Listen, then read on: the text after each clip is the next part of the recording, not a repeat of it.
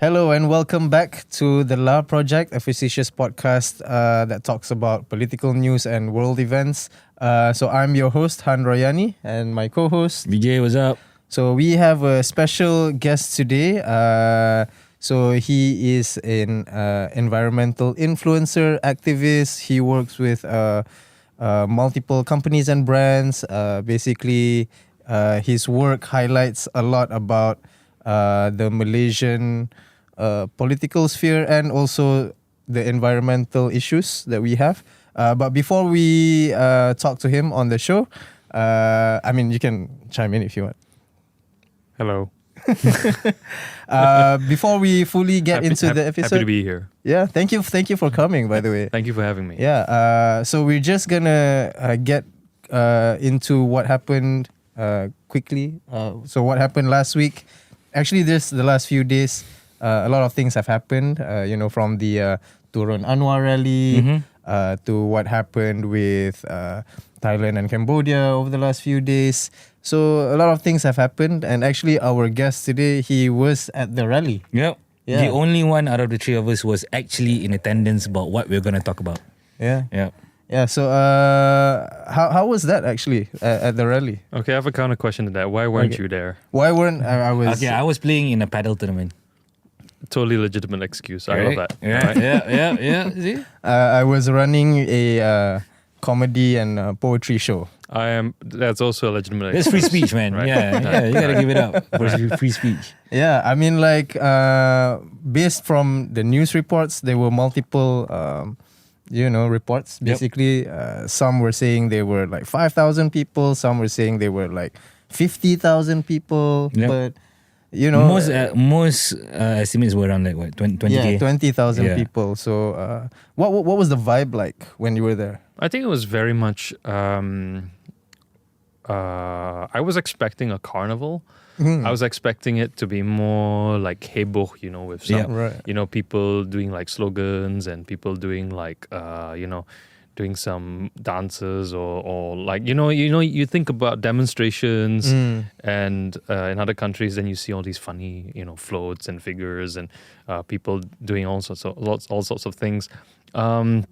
This one was just a lot of chanting and all that. To me, it was a little bit boring, right? I was expecting a little bit more excitement, a little bit, I was there to shoot it from, for one of the news companies. Right. And it felt like a really big charama to me. Right. Okay. So what was the demographic when you were there? Was it like mostly elderly people? Were there a lot of young, like Gen Z people? There were a lot of, I would say around 4 people in there. 30s? Millennials and Gen Xers and boomers, really, yeah. More towards the older crowd. Yeah. Right. None of these young people like us. Like us? Okay, so while you were there, I'm sure you witnessed a lot of, chanting, a lot of people, shouting in the speakers and on the streets. So what was the consensus? Everyone was there to, hopefully get Anwar to step down. But what were people unhappy about? I think a lot of people just unhappy with the way things are. Of course, in any political administration or any government term, you're always going to get people who are not happy with how the current government is doing things. And these guys were down there to demonstrate and show that they're not satisfied with how things are. Some of them have legitimate concerns. Some of the people I spoke to said price of goods, everything gone up, and these are legitimate concerns that Malaysians are dealing with right now. I don't know how much of it is Anwar's fault, but I know that a lot of it probably has to do with the fact that it is a more expensive world today than it was 10 years ago. That's right. And if people are unhappy about that, then well, that's a legitimate concern. And who am I to say that you shouldn't be out on the streets? And I think it's a great thing that because I've covered quite a lot of demonstrations before, and this was a very peaceful rally. There were no agents provocateurs. There was no ruckus of any kind. Nobody was burning anything, or there was no street battles going on. No It was a riot, very police deployed. peaceful, very organized. People generally picked up the trash, and I'm actually kind of, I'm in two feelings about this. Right. Okay, as a person who's been in the media industry, as a journalist, we always want to go for bad news. We always want to look for something, where Sensational. Like controversial news. yeah. So if people go and like burn stuff or like beat people up or like start throwing rocks at policemen and stuff like that, that's something That's good for news. That's great for views, visuals, Yeah. But it's bad for everybody else, right? But as a ordinary citizen, you look at this and say, oh, okay, so people are protesting peacefully, and I think that is a very different departure from because I also covered Bersih 2 and 3, and that was a very different scenario. Very, very different. And I'm also very exciting, as you can imagine. I don't know if any of you were there. I was there. Oh, yeah, which one? 2 or 3? 1, 2. Oh, nice, Yeah. nice. You were there. I was in the hospital. Oh, dang. Yeah. You were in the hospital, but you were also there. I was part of some of the people that ran into the hospital for cover when they were spraying chemical water. Oh yeah, okay. Tongshin, is it? Tongshin. Oh, that was Bersih too. Yeah. Yeah. I was just right in front of the hospital actually. Right. Yeah, that was, and it started raining. So anyway, Yeah. so I'm kind of glad that that we have this space right now in Malaysia for people to peacefully demonstrate. Yes. Yeah. And not have to face any fear of getting beat up by whoever, Right. And I think that's a very important point to have. Yeah. It's a good thing to have our people, exercise like some free speech at least. You know what I mean? But I do have a question for you guys. How much was not just for you, Patrick, but also for you, Jay, how much was the anger or the feeling of the people, how much of it were subdued after the announcement by the PMX? Like, did that give any, adjustments or any feelings at all after the announcement? What do you think? I think like I sort of touched about it on the last episode. Like the implications of what was announced by PMX was more of the same. Right. There was nothing revolutionary. It was just basically him maintaining the status quo. Yeah. I'm giving aid to the poor. I'm basically letting the middle class do their own thing, and the rich, they're taken care of. And for all the hype So- that they, Yeah, and for all the hype of it being revolutionary, it wasn't. Yeah. And I get that. However, I'm on the other side of the fence. I'm like, 20,000 people showing up for a rally in the country of 27 million people, like that's hardly consensus. So while like what Patrick said, yes, they have legitimate concerns, of course, especially when it comes to cost of living, the new revamped tariffs of TNB, things like that. Yeah. Like I get it. Like those are real issues, has to be addressed. But like Patrick mentioned Bersih, right? Bersih was a different animal. Yeah. Like yeah. there was probably more than 100,000 people. It was much more protesting. censored back then. That was one thing, but there was also a lot more people on the streets compared to Turun Anwar, So maybe it might be due to because it's the most covered street protest for Turun Anwar was in Dataran Merdeka, was in and around Dataran Merdeka, which is, I guess, the urban center. So urbanites, especially if we look back at the result of the last election, urbanites are mostly for Anwar. Right. Okay. Like I don't think they're ready to abandon that yet. You know, like a lot of them, especially educated urbanites, are willing to take the wait and see approach. Give you time to let your shit be implemented and all that. So do you think because they did it in Dataran Merdeka, which is supposedly Anwar's place, do you think that sort of made not as many people are enticed to join because they are all Team Anwar, you know what I mean? Whereas if you were to do it outside of KL, to a certain extent, Right. But it's also that people who usually protest are the people that don't have necessarily anything better to do.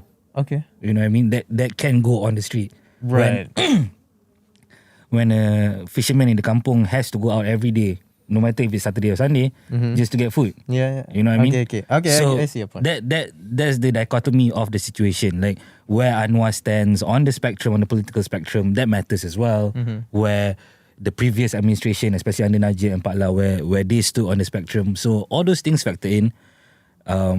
They were part of the establishment for so long, the former BN administration. So that kind of thing, like people, there was more momentum of people wanting to push back against them because they haven't been able to do that all this while. You know, but that being said, at the end of the day, people are protesting, and like Patrick said, it was legitimate issues that they brought up. It was just a matter of is it enough consensus? Okay, before we get into the next topic, what do you think, Patrick, of the announcement By Anwar. by Anwar? Well, it's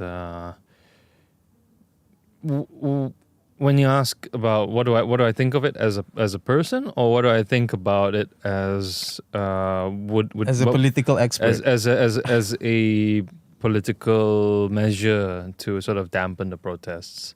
I think all those people who are gonna go, they were gonna go. Yeah. Right. No matter what you were going to say, short of, Anwar saying like, yeah, okay, I'll resign. You know? And everybody be like, okay, there's no reason for us to go anywhere. Right. Well, Now what? I mean, now what? So, or I think if it don't think it would have mattered anything that he would have done to stop people from going down, and then you probably have to ask yourself, why was he? And perhaps what he was doing was also, perhaps like how do you say, it was actually meant for people who are not going to go for the protest. The larger, the beyond the people going for because I think people were still going to go for the protest. No, there was nothing stopping that. Yeah, maybe. Yeah. Okay. All right. That's interesting. I think we can. It's good. It was good in the sense that it shows that Anwar has opposition. Yeah. Actually, yes. And he has people that are raising, like, avoiding or not just leaning on to ad hominem attacks against him. They're really pointing out, like, this is what we're going through. Yeah, and please do something about it. Yeah, and honestly, like, credit to him also for allowing it to happen, even though it's like the minimum. Yeah, he was asked about it. Yeah, And he was like, asked. I wasn't invited. Yeah, dude. No. All right, so another thing that happened over the last week that actually it involves some Southeast Asian countries. So a few days ago, like some attacks have been implemented by the Thai government and also the Cambodia government. Militaries. So, military attacks. So a few like missiles were shot at both directions of the country. And do you know who managed to get the ceasefire between the two of them? Anwar? Yeah. Like who does he's brokering the peace apparently. Who does he think he is? Like Superman or something? No, I mean, like, you see, without getting into the specifics of what the dispute actually is about, war is always bad. Any kind of war, any kind of violent confrontation is always bad. Yeah. And it's not bad just for the locality that it's happening in. It's also bad for the neighboring countries, especially because of things like forced immigration, things like that. Like we've all familiar with the problem of the Rohingya Right. Yep. refugee crisis, right? That's been happening in Malaysia Yeah. over the last God knows how many years. Mhm. So I guess it's bad in that sense as well. What I'm trying to say, it's not just bad in the sense that people die, things get destroyed, land gets destroyed and never gets to be used again, things like that. So it's bad. But Anwar, I think this is something that I don't think he should be criticized on, or not saying shouldn't be criticized on, but what he's done or the effort that he's taken in order to broker a ceasefire at the very least is, to me at least, admirable. Peace is always a good thing. Yeah. How he goes about getting that, we'll see if he's a true diplomat. Yeah. Malaysia has not really been, like, foreign affairs has not really been a calling card of Malaysian leaders, especially since Tun was in power. Right. So we'll see. Najib's foreign affairs turned out to be a humongous disaster. So it is what it is.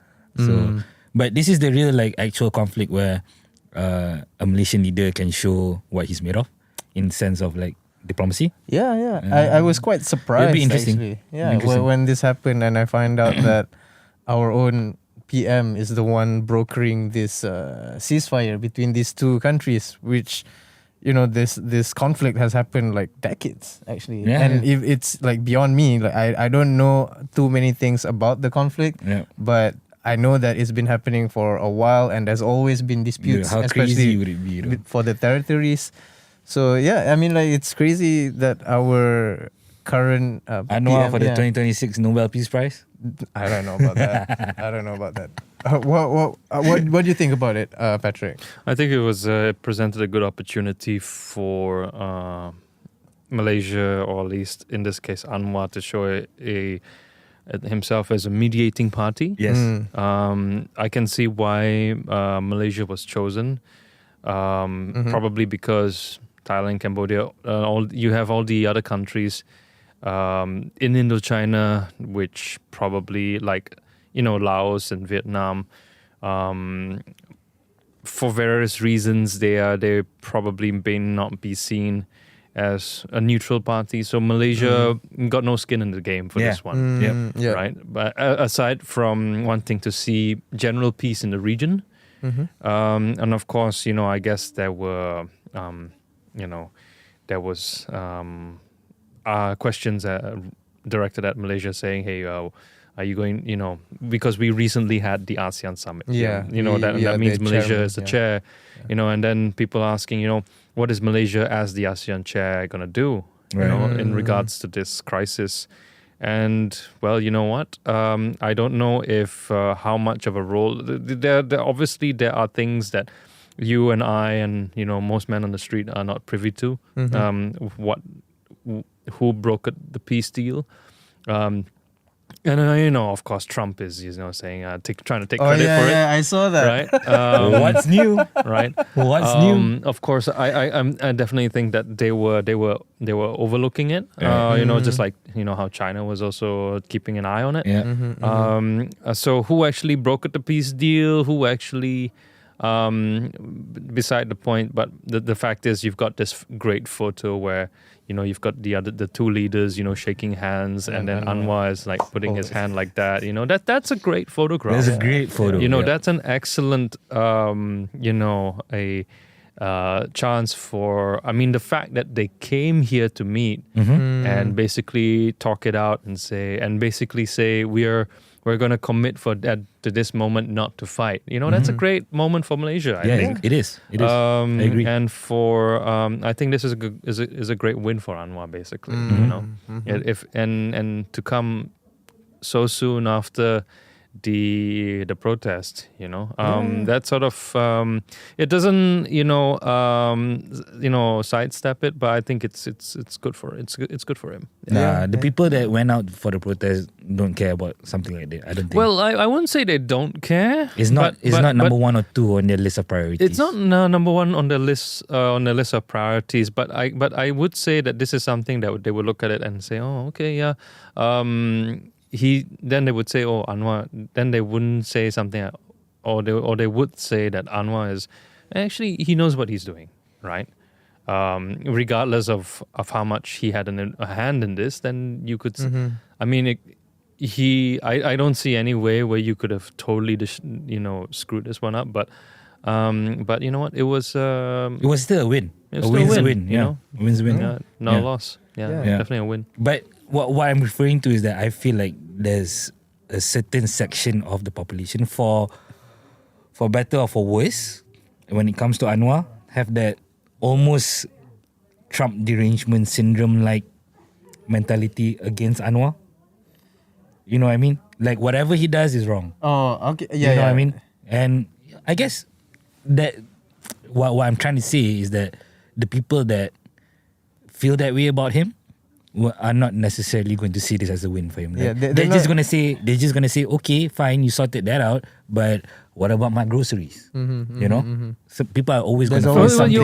We're always going to get that. Yeah, of with course. any leader. So okay, so what? Yeah. Just carry on. Yep. Yeah, I think it shows that You should be a politician, dude. Yeah. No, I got no time for that.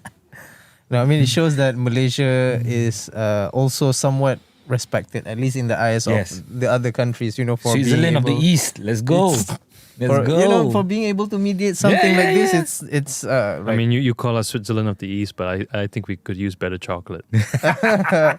And more mountains, and maybe some skiing as well. Oh, that would be nice. That would be nice. We only have like one skiing place here in Malaysia. What, Kinabalu? We do? Yeah. No, it's in Penang, I think. It's Penang's like one got of the skiing escape place? parks. Yeah. Really? Yeah. It's like is that an indoor place? Artificial snow. Indoor place, Yeah. Is indoor, right? Yeah. In Penang? Yeah. I've never heard of this. Yeah. Anyways, we got a bit sidetracked. Okay, so I mean, like we just covered basically the news that happened over the last week. So now we're gonna get into the episode with our guest Patrick. So Patrick, you've been in the industry, especially when it comes to the politics, environmental issues, for more than a decade. I would say. Someone's been keeping tabs. I mean. Someone did his research. Where'd you go? My LinkedIn? I'm just a low-key stalker. Yeah. You know what I mean? No, I'm just joking. Also the first actual journalist we've had. Yeah, I would Sitting say in one a of chair. the Yeah. So we had to do some research. Yeah. Yeah, even though we're just called the La Project, we're not like we do our due diligence. You know what I mean? got to see if the person sitting in the chair is like a serial killer or a stalker, right? Is he a hobbit or an elf? You know what I mean? Yeah. So what was the big thing for you that got you into this job, basically? What is this? Well, I mean, this as in like the political and environmental sphere. You know what I mean? What those are two very different. Very beats, different. Yeah. Right. Where'd you start off with? Yeah. In politics? No, I actually didn't start off in politics. Actually, I always knew I wanted to be a journalist ever since I was 17. Wow. Right. That's pretty early to decide to be a journalist, though. Sorry? That's pretty early to decide. Some people decide even earlier. Mm-hmm. Yes. I knew that I wanted to be a journalist, and when I was a teenager, I was reading a lot of National Geographic. Right. Well, maybe I wasn't reading so much. I was looking at all the photos, of all the wildlife and all the tribal people and and all that sort of thing lions and elephants and whatever National Geographic. I was like, whoa, this is really cool. Maybe I can do that someday. As in go shoot for National Geographic. That was the idea. I never actually thought I would, work for National Geographic, but if that ever happens, And I know National Geographic is a very different animal today than what it was, when I was growing up. It was the end all of wildlife, anything. I mean, if that would have happened, then awesome. But I think I would have been, it'd been really cool for me to just go to some weird, crazy, interesting place and just check it out, and write about it. Right. Right. Get all expenses paid for a trip. That would be nice. To see the world. and get paid for it. Yeah. So eventually, I found my way there into journalism, and I didn't start off with politics. I was actually in a tech magazine, Right. and after that, I joined reporting or journalism at a time where politics was really heating up. So I think everybody and every kid on the reporting block was getting into political reporting. You couldn't escape it. This was just like after 2008, after that particular election. Okay. And suddenly, you've got this, this like previously before that 2007, actually before Bersih, before Hindraf, the political interest was like, nobody cares, right? Yep. And suddenly Bersih, Hindraf, and then 2008, boom, suddenly it's there. Everybody wants to know about what's going on, Yep. So I joined during that era. So that was the start for you. Wow. That must have been awesome, man. Like I was a very keen observer at the time. I was 16 in 2008, and I was like, my daily readings were like Malaysia Today, Malaysia Kini, those kind of outlets. I wasn't reading NST or Star anymore, for example, back then. Yeah. So like it was all about wanting to know what these alternative journalists were saying about what was going on in Malaysia. Yeah, because I think like Rajapatra was a big person. He was back in the day. Yeah. But nowadays I would say like maybe online journaling and influencers are different from what they used to be, So for you, because you are quite active online, like you are social media, somewhat of an influencer, I would say. Like how do you bridge the gap between online influence and also your activism, like or whatever? What makes you think I'm an activist? I don't know what because of your content. I'm active, I'm active walking around, I guess. I went for a run last night. Does that make me active? I suppose. I don't know, but not everyone is posting the type of content that you post. You post a lot about like nature, wildlife. So why? I mean, like earlier you mentioned that Bersih was the sort of the lynch on how you got into this. So I wouldn't say it was the lynch of how I got into this. It was one of the many events that I had covered in my career as a reporter. But I mean, to answer your question about why is it that I do what I do, and it's because there's actually a lot of things that are happening in Malaysia right now that we don't know about from an environmental or green or sustainability understanding, in that scene. And actually, and some of these topics were topics I had covered. So when I was a reporter, I was actually a environment reporter as well for the Star. Right. And I had gone to a number of places, covering deforestation, landslides, animals, orang asli rights, that sort of thing. Right. And there were a lot of things that was actually happening in Malaysia and still happening to this day. Is just that our understanding as people who live in KL, in cities and whatever, we see what's around us, and a lot of people are actually sort of in a way disconnected with what's actually going on out there. And so I feel that perhaps what I can do, I mean, I'm not actually the person doing these things. I'm more of the kind of guy that says, hey, there are people out there who are doing these things. There are things happening that actually, that maybe you should know about. And I'd like to tell you a little story about what's going on. That's basically what I do. Okay, that's quite noble, I would Yeah. say, because you're highlighting stories that for some people, for me at least, I think should be highlighted. You know what I mean? So from my part, I would say I want to say thank you for helping out a lot of Malaysians. It's heartfelt. Because I feel like it's something good that especially for Malaysians to learn more about, especially our country when it comes to the environmentalism and nature. So like for you, because you've been doing this for a while, how would you rate Malaysia's environmental policies right now? Like, from forest conservation to climate adaptation, because this year we're supposed to be the chairperson for the ASEAN Summit. So we talk a lot about trade, environmentalism, and also climate change. So what do you think, how would you rate Malaysia's efforts right now when it comes to environmental policies? I'd say Malaysia is doing a lot of things good, and but also Malaysia has a lot of things it could definitely do better. The good thing about how the difference between like for example, there are countries in the world where and there are so many to name where if environmentalists are killed or made to disappear, or like if you report on something or if you highlight something, you could go missing. That's that level.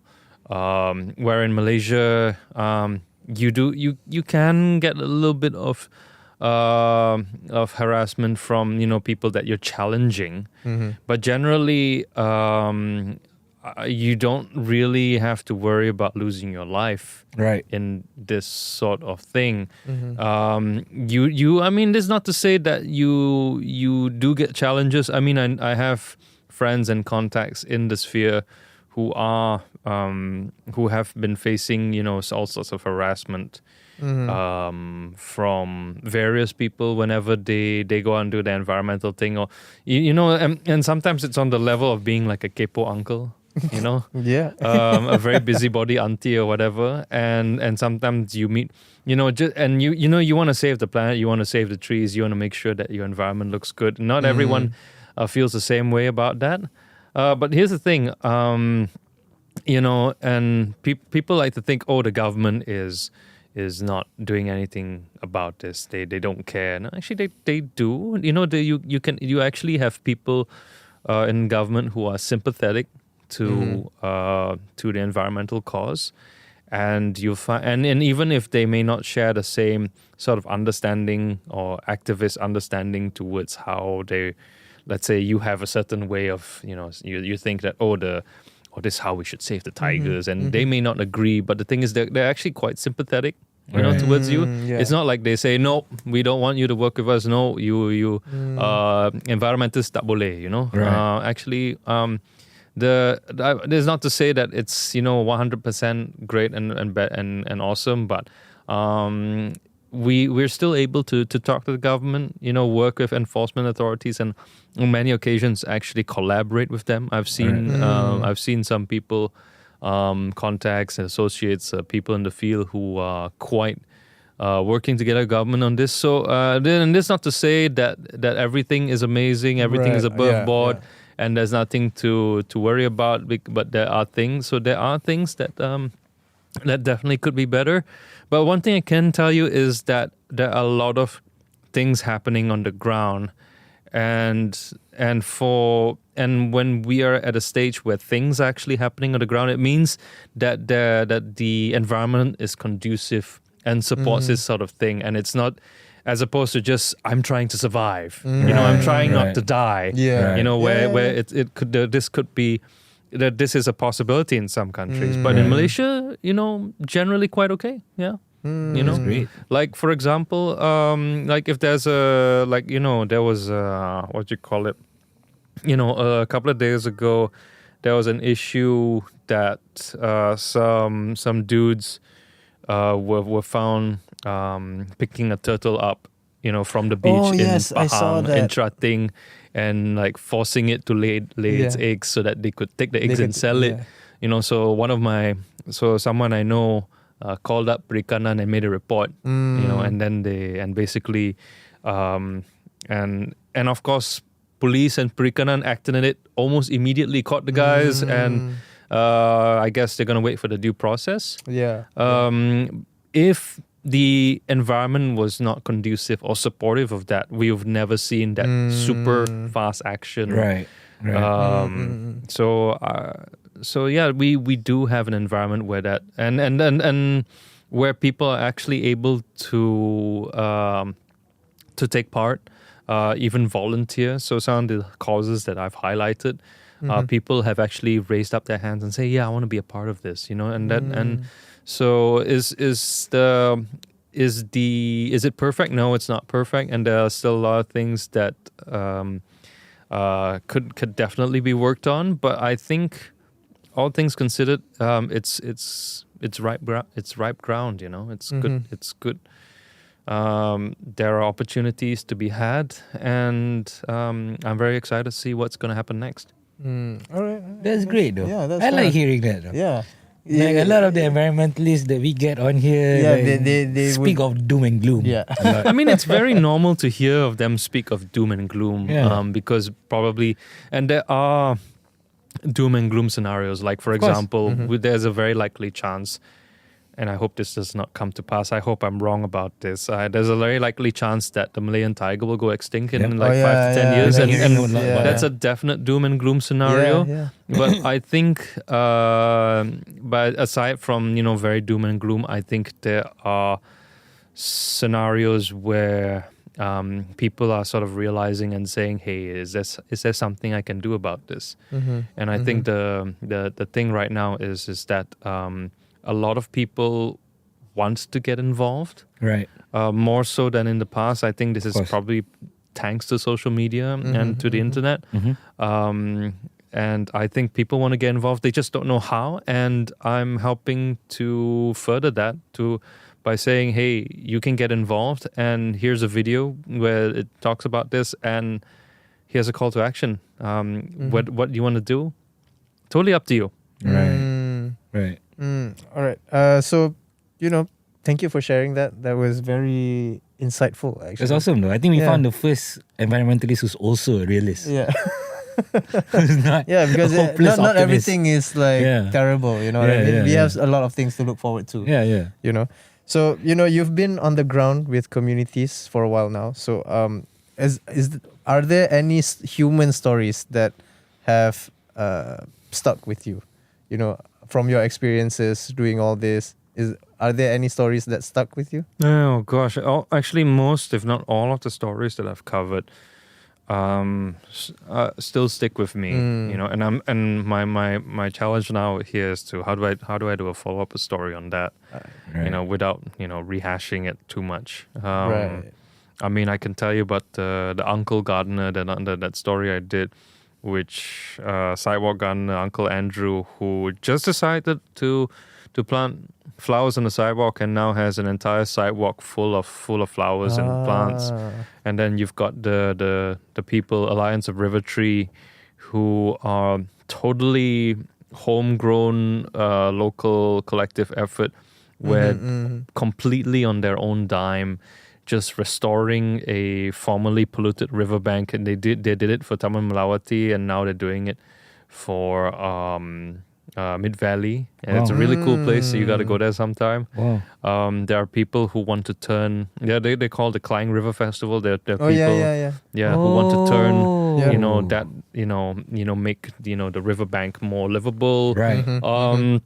I can go on and on and on, but of course, all these people will say, "Oh, doom and gloom." But when you look at it from an overview, you see, there are people who are and they are doing good things. And when you look at it from a bird's eye view, you actually say, "Hey, well, not bad." There are amazing things happening on the ground. And when you ask, is there any one particular story that stuck with you? I think about these guys a lot, whether, I'm thinking, what are they doing now? Is there anything I can do about it? And there are many stories which I have not done, which I'm in the process of doing, but I only have 2 hands. Right. I get it. There are so many things we want to do, but Oh gosh, there's so many. Yeah. Right? I wish I had a full team like yours. You know. I wish it was ours. Yeah. we barely have a team, you know. Okay, so you've been doing this for a while. How do you deal with some of the more hateful comments they leave on your profile, and what are basically some of the most unexpected impacts that you might have seen happen through your postings? Like you post something for a random kebun or whatever, and maybe you saw people are visiting that kebun more. So what are some of the most unexpected impacts that you've done that you did not expect at all? So I'm gonna answer. So there are 2 questions here. So I'm gonna Yeah. answer the latest one first, Okay. which is what are more unexpected impacts. Mm-hmm. So I like to think that if I get a certain amount of views, okay, here's one example, right? The Uncle Gardener, the sidewalk gardener video, true story. So when Uncle Andrew, after I finished doing the video, he asked me, "Oh, when are you gonna put this out?" And I said, "As soon as I can, Uncle." And then he said, "Well, what do you think? How are people going to react to this?" And I basically told him, "Uncle, if I get 10,000 views, I'll be happy." Mm-hmm. Right? I got cumulative. I got 2.3 million Wow. views. Wow. Right, which is insane. Yeah. Right. I really did not expect to see that kind of impact. Yeah. And the bigger impact to that is people saying, "Hey, I really like what you did, and I want to try up gardening myself." Or even when I did that video, this video series about these people who Alliance River Tree, and basically after in every video we put up a line. I would put up a line saying, if you want to volunteer, here's an email. And actually, I think about 50 people actually signed up to about 50 plus people over the course of some weeks and months signed up and said, "Hey, I want to volunteer," and actually showed up, to like do stuff, or even when I put out like a call to volunteer and people actually signed like that. So I have a very baseline. I'll say, okay, if X number of people watch and like it, okay, cool. But I always try and I hope that people would watch these videos and say, I want to do something about it. Right. And there's even one person who does that. My work is done basically. That's a win. I'm good. That's a win. Everything else is a bonus. For sure. So to answer the other question about how do I deal with hateful comments, I just don't. You just don't? I just don't bother, man. It's not worth my time. Good on I you. mean, Not us. there's Not you. huh? Not us. You go through the high ground. Us, we He did. engages a little bit. I engage. No, with because the head count. because I don't have time to Right. deal with these sorts of things. So if people leave a constructive comment, they say, "I want to know more," right? Or even they say, "Oh, I don't believe you," but they seem somewhat open to the idea. So you engage them in conversation. You engage Right. them in some constructive dialogue. There are going to be people who are like not so sure, and then you can sort of engage them. But there are people who will be flat out skeptics. Like people say, "Oh, I don't believe in climate change. Climate change is propaganda." Right. It's or they'll start saying things like Jewish space laser or something.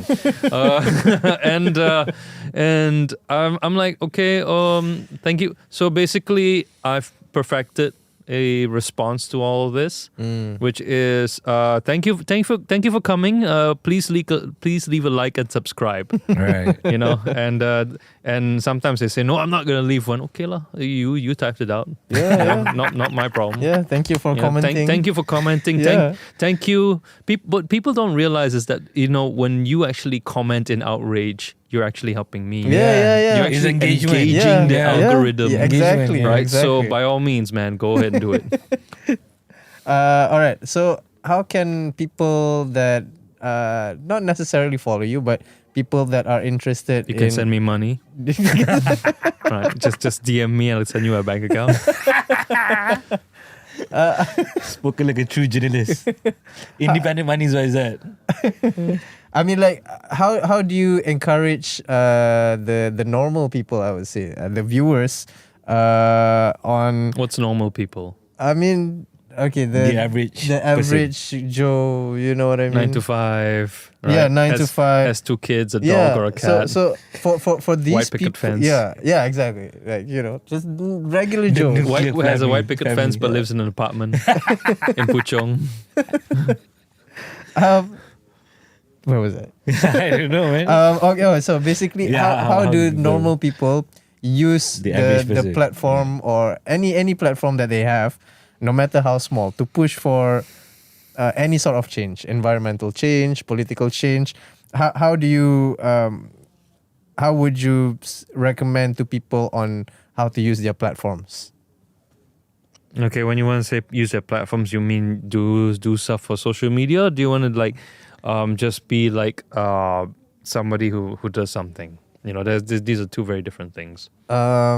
It can be either one.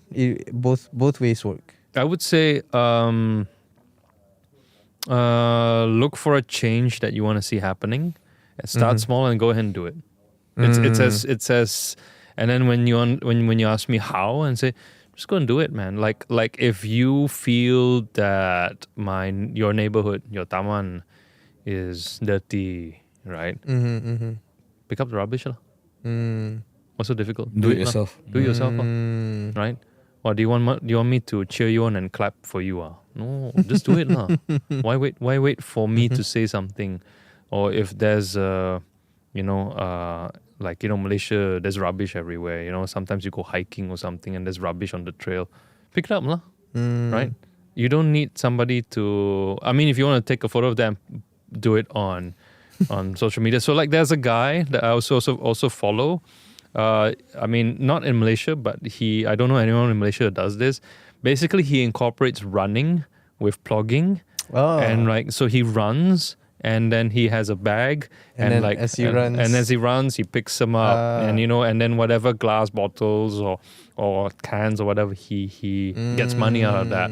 And that's all he does. Right? And he's got quite a sizable following, Okay. And Plogger Run, if you check him out, Plogger Run, he's doing it in Maine, United States, right? MAINE, that the state, and that's all he does. He's running and picking up rubbish, right? And I was like, not bad, this guy. Yeah. So he started off just on his own. Just started off on his own and just has a GoPro, running around picking up Right. stuff and talking about what he picked up and that's all he does. And it's a very simple setup, Right. He's running and picking up trash, right?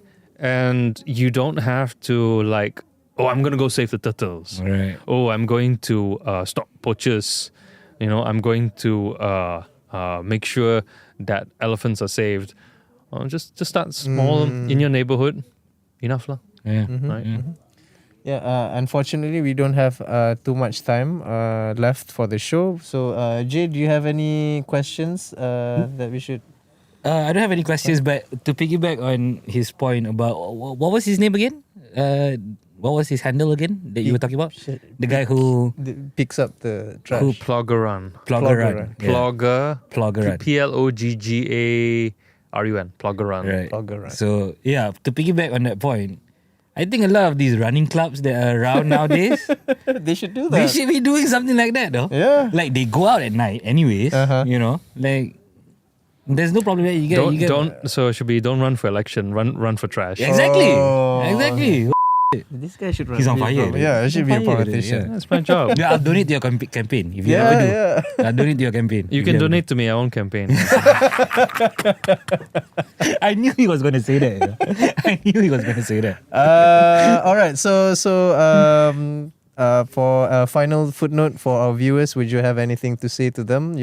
If people are interested in doing activism, being more involved in politics or If you want to environmental farm more issues. followers.